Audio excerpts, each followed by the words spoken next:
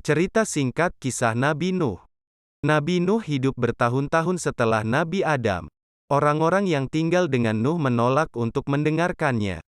Ketika dia berkata bahwa mereka harus menyembah hanya Allah dan berbuat baik, mereka tidak memperhatikan.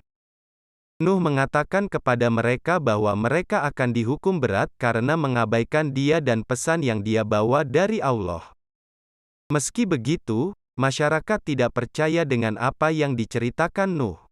Mereka menertawakannya dan berkata, "Kamu hanyalah seorang pria seperti kami. Hanya orang miskin dan lemah yang mempercayaimu. Jika kamu mengatakan yang sebenarnya, tunjukkan pada kami hukuman yang kamu ancam. Kamu tidak lain adalah pembohong. Aku tidak menginginkan apapun darimu," jawab Nuh. "Dan aku tidak akan pernah mengusir orang miskin atau yang lemah. Sejauh menyangkut hukuman, Allah akan memberikannya kepadamu kapanpun Dia mau.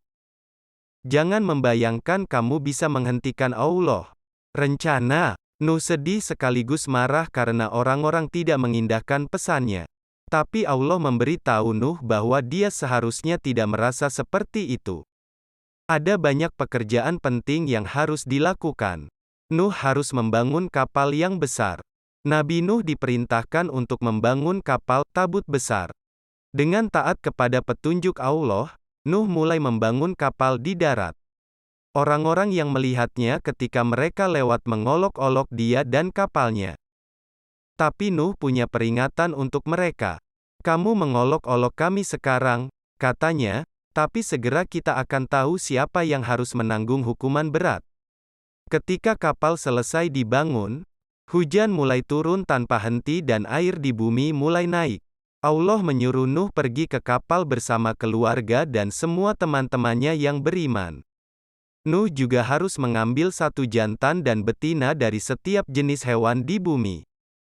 Nuh melakukan apa yang diperintahkan dan kemudian dia berkata, "Dengan nama Allah, kami sekarang akan berlayar, dan jika waktunya tepat, kami akan kembali lagi ke darat."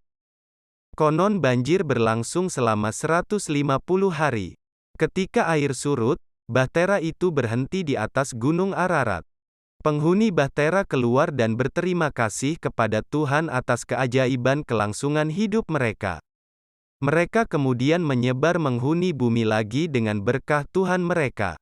Demikianlah kisah Nabi Nuh. Semoga kita dapat mengambil hikmah dari kisah ini agar tidak durhaka dan melanggar larangan Allah. Amin ya robbal alamin.